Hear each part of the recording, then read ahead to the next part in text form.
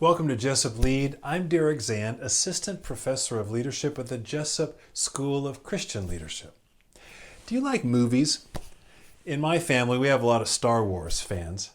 I don't know if you know that before he was cast as Han Solo, Harrison Ford was actually working as a carpenter. George Lucas knew him, but preferred new faces for this new film. Although there were a lot of candidates, George Lucas eventually reversed his earlier decision and hired Harrison Ford. As part of a prolific career, it was a humble moment. What is your view of humility? Are you willing to do whatever it takes? Are you willing to focus on something even if it isn't your main thing? Are you willing to work behind the scenes? In Romans chapter 12 and verse 3, Paul wrote, "Do not think of yourself more highly than you ought." You know, if you've been to an amusement park, you've probably seen one of these funhouse mirrors that exaggerate certain parts of our bodies.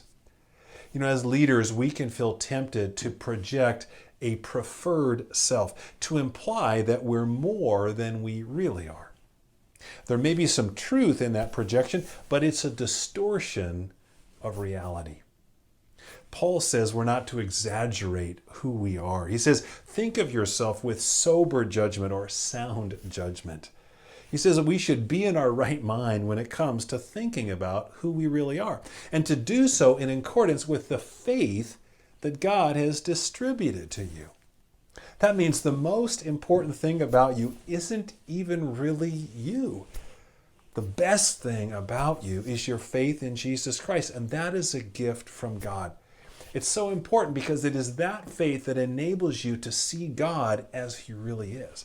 It is that faith that enables you to understand people as they really are.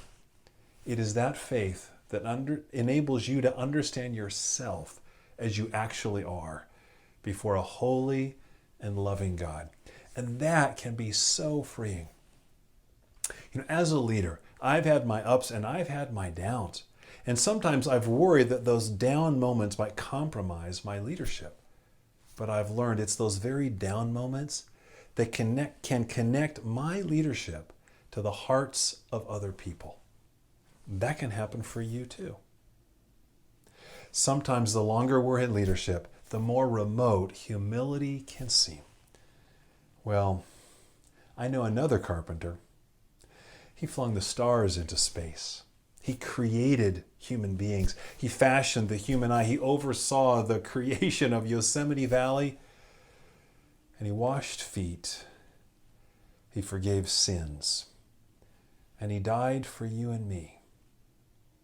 With His Spirit indwelling you, as a Christian leader, what will be the role of humility in your life?